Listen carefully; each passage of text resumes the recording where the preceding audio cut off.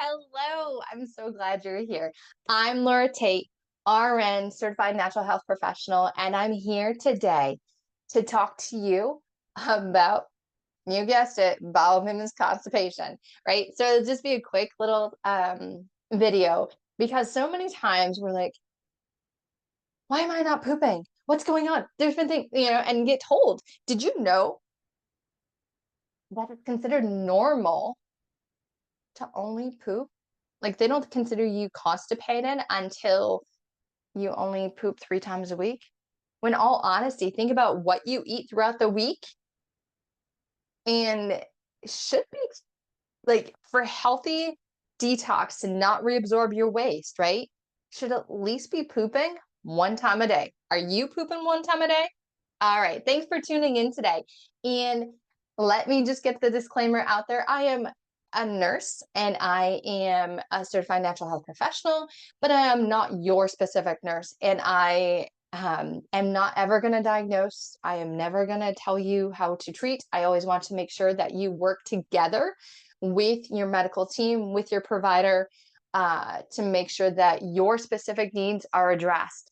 But for always, we'll go over the physiology, like how things work in your body, how God made us amazing, and to help support you where you're at to get to the life that you're looking for with your health, as God created us to be stewards of his temple, right? Because he created us for a time as this. And if you're worried about your health ailments and everything else that's going on, you're not able to do the work that he's called you to. So, on to poop. People think it's crazy when I talk about poop, but did you know poop can give you so much information, right? Um, it, I mean, think about it. How many times did you get up from the toilet and look in it and you find corn shells, right? You find the corn, or maybe it's a little bit more blue this time or looking more green than it was last time, which was more yellow. Think about what food you ate. What was the byproducts as it was broken down? Like if it's a little bit more green, tends to be you ate a lot of broccoli or maybe some blueberries. And so it was the outer, like the cell walls of that plant that you're not able to get there, right? I know, crazy, huh? But it also, if you think about um, I'm just pulling up a Bristol stool chart. So this is across the board of how most people measure or try to look at or share consistency with their poop. Okay.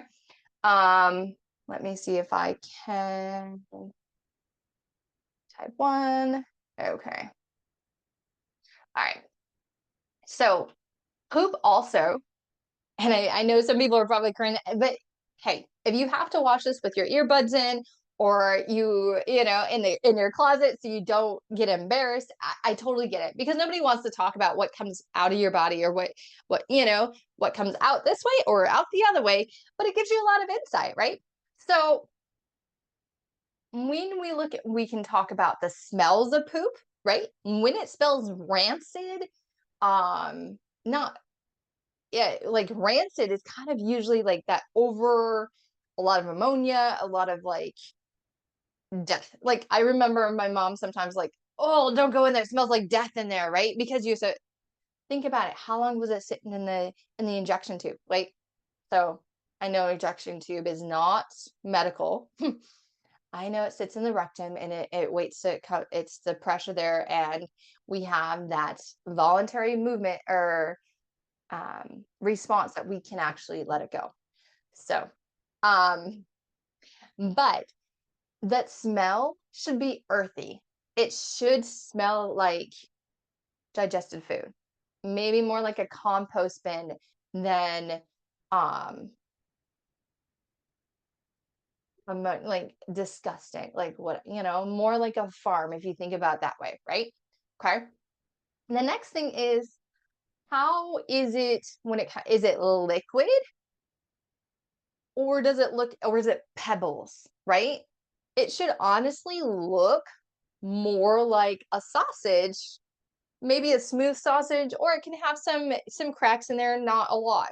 When it starts looking cobblestone or pebbly, then there's not enough um moisture in there to help release it, and it can get bulky, right? And that when it's bulky, it's pushing out on the large intestines, the colon, in even the rectum, and that it's hard to bypass. And so in between that, when it's built up in there, you can have a little bit of liquid that squeezes around that big ball because it's too big to push out, or you're not relaxed enough to be able to push it out.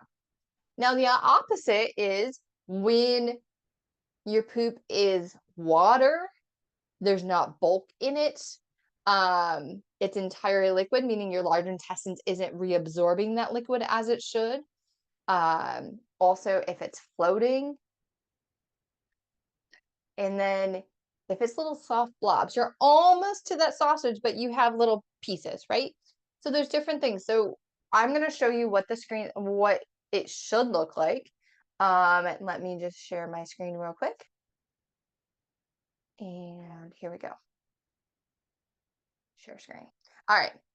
So bring this out of the way. Okay. So see this type 1? Those are pebbles. So it's hard lumps. It's hard to pass. It's just a little bit at a so you always feel like there's this in the bottom of your gut. You kind of feel like you always have to go. You might start feeling like a turtle, like that pressure there, but you really can't let it all go. Okay. And then you have the sausage shaped but lumpy. This is what I call cobblestone, where it really looks like the cobble streets. And then these are type 3 and type 4. 3, if I know my numbers right, and 4 are the ones that you want. Those are normal. And it's okay to have a diverse amount, like, but the majority, let me say, the majority of your stool should look like type 3 and type 4. Sometimes because maybe our body's sick, maybe we ate something that didn't agree with us, we might be more in a 5 and 6 sometimes. Or because we've on the go, or maybe we went camping and you didn't want to use the Volt toilet, right? I could see 1 or 2 because it's been sitting there so long that it just absorbs so much liquid that it just bulks up, okay? So type 3 and 4 are what you want. It looks like a sausage or snake. It's smooth and soft, or maybe has some cracks like type 3. When it's type 5, type 6, then we want to look at, okay, can we add some bulk to it, right? So is there more fiber that we can have? Did we have any fiber? So fiber is found in your fruits, your vegetables, those skins of the fruits and vegetables that you eat is typically where you find the fiber.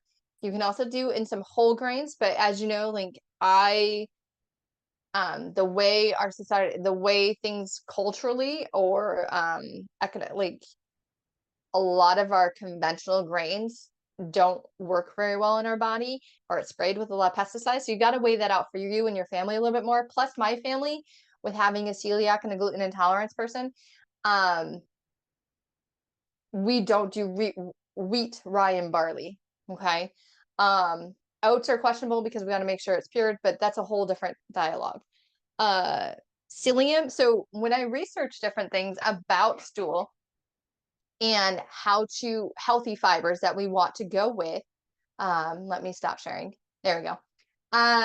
When I look at healthy fibers, so healthy things so your fruits, your vegetables, the fruits usually have pectin. Pectin is actually a really good fiber that helps, like when you think of apples, there's the fruit pectin, right? Apples helps with that. And another one is psyllium. It's PSI. Psyllium, like psyllium husk. You'll find it in Metamucil. But I would rather you get a pure brand than just going for that, because there's other probably additives. So just look at what you have if you really want, if you can't get a diverse diet and you need help supplementing. But pectin and psyllium actually helps your body to absorb, and it has insoluble fiber, which means your body's not breaking down. It helps to be that bulk in the stool to attach to the waste product. So that way it's not liquid and you're able to excrete it out. Okay. Actually cleans up the lining of the large intestines and go through it. But let's pause and actually talk about, where does stool come from? Like, what is fecal matter? What is it, right? Because if we don't understand where it comes from, then we really can't understand so much of what happens with like what's really going on, right? So when we eat, even just thinking about food, like as I'm thinking about food, or yeah, my mouth is salivating, right? So there's enzymes in our saliva that helps break down food. Also our teeth, right? We grind and crunch and move and break it up more into usable pieces, starting here. That's why we talk about mindful eating, is because we want to make sure we chew, not just one to swallow, but we chew it up a little bit more, because it allows that saliva to start digesting those food, or the food we are putting in our mouth, to make it easier onto our stomach, okay, to actually digest it. With that, it goes down when we swallow. When we're eating, swallowing is a voluntary movement, but yeah, at night it's involuntary. Like when we're sleeping, we don't have just piles of drool coming out sometimes. Like, I mean, it happens sometimes, but for the most part, we don't think about swallowing when we're sleeping, right? But yet we're not choking on our spit all the time. So when we're chewing and we're ready to swallow, we swallow. There's a flap that covers our airway, and then it goes into our esophagus. Esophagus kind of moves like this with our muscles that help trigger it to move it down into our stomach. Our esophagus is the transport mode. It's a tube that goes through. And gravity doesn't affect. You can still swallow when you're upside down. Okay. You can, and it's not coming up. Then there's the cardiac sphincter. There's a sphincter that's at the end of it that stops it from coming up out of your esophagus, or out of your stomach into your esophagus and coming back out, right? And that is actually triggered by the acidity in your stomach. It closes it. If you don't have enough acidity in your stomach, that sphincter can open, and that's where a lot of times we get acid reflux. So once the food's in our stomach, it is turning into what we call chyme, chyme. Chyme is a mixture of the saliva, the digestive enzymes happen, the stomach acid that mixes with our food, breaking it down into little pieces or molecules. So that way, when it reaches our intestines, where all the healthy villi, the little finger length that has all the surface, a big surface area to help absorb those nutrients to be used into our body, that goes into, so once it goes through the villi, it then goes into the bloodstream to then transfer and go where it needs to go to do the job that it needs by being transported to the cells. Does that are you following? Gotcha. Okay. When it's in the stomach, you have the hydrochloric acid, which actually we decrease our production of hydrochloric acid as we age. So sometimes, depending on your shifts, like if you're still working, you might need support in that. But you get your pepsin to break down those proteins to actually help break down the lipase, and that also acts on the fat to help make it usable. Because if you just put oil and water together, it separates, right? But if you emulsify it with the help of the bile and the digestive enzymes like lipase, it can actually help break it down, the molecules down, to be absorbed. And we talked about before that we need fat in our body, like our brain uses a lot of fat. So we need to make sure that we can absorb it, that we have enough digestive enzymes, and that we're actually breaking down our food. So by chewing slower, mindfully swallowing, and allowing that to help, we're able to let the stomach and the stomach acid and the hydrochloric acid and the digestive enzyme starts working to break down that even more, to then, as it goes from the stomach to the small intestines, bile is added to help mix in that fat a little bit more, break it down easily, to also stop. What's going to happen is, because your stomach is full of acid, right? And we know that when that acid, you felt that burning up in your esophagus before, right? If it stays that acidic, it can burn holes in your small intestine. So amazingly, God created it that as it passes through the stomach, it releases enzymes to actually increase that pH, so it's not as acidic. So that way it doesn't burn holes into your small intestines, which then, as your body is going through, you're able to digested that the chyme even more, which also is adding your pancreatic enzymes are released in the small intestine, your amylase, that which breaks down your starch, your steps in break down your fat, your pancreatic protease breaks down your protein, and even in the small intestines, your lactase is turning into lactose, your maltase is converting to maltose, you're breaking down those simple sugars, and it's your small intestines is your primary location of absorption, because we have like 36 feet of small intestines. So it's a zigzag like this, going back and forth. So all that went into your stomach, that sat there for 2 to 4 hours. Yes. So the digestion to break it into smaller usable is actually in your stomach for 2 to 4 hours. That's why I say don't eat 2 to 4 hours before going to bed, right? Because we need to break it into small usable things. It's going to go into your small intestines, and it's being banged against the wall. And each time a molecule breaks off, it's absorbed through your villi and going through, right? So you still have all this mix, and it's coming. So it's pulling out your vitamins that you need, the nutrition, and making it in a usable. Once it goes through all that, it's going into your large intestines. Now, your large intestines is just a loop that's going around on the top and all the way down and into your rectum. So where you release that stool. This is where it's gonna, because it's more liquidy, if you think about how it sat in your stomach and mixed with the stomach acid, and then you're adding the bile, and then you're all these liquids, right? And you drank water since then, or you drink something, you have all this liquid that goes through your small intestine, making it easier to go through. Well, when you're in the large intestines, it's actually reabsorbing some of that liquid or water and some other nutrients, and it collects that what's left over, which becomes fecal matter. Okay. So what wasn't absorbed is fecal matter. Now, the fecal consists of like your healthy bacteria. So the bacteria that was in your gut. So the die-off that happens that's in there. So sometimes it has some bacteria in it. The waste products from blood and acid, and the byproducts of your amino acids. So the breakdown of the protein that wasn't absorbed. There's sometimes, we all have gas. Gas starts. The reason why we have gas, everybody farts. Let's just put it out there. Everybody farts. They have flatulence, if we want to be politically correct. That flatulence is related to when we eat, we also swallow air. Okay. So if we're not burping it up, it has to go down and go out a different way, right? So it is an enclosed system in that respect, that we're not absorbing the air we swallow. But also the fecal matter. So it's not only the waste product that our body's able to put into the large intestines to get, hey, we need to get rid of this, not just the waste product of the food we didn't digest, i.e.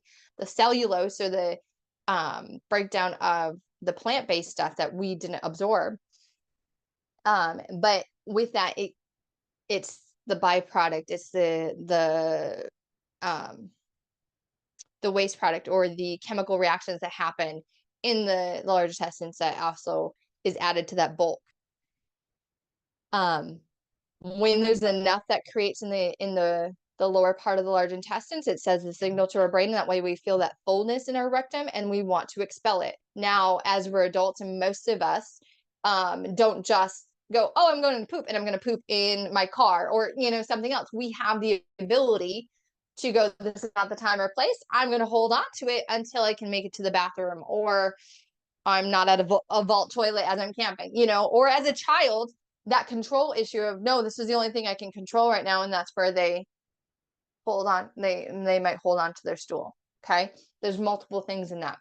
Where constipation comes into play is maybe we had too much fiber adding bulk to it that wasn't absorbed. And so that's aiding into it, right?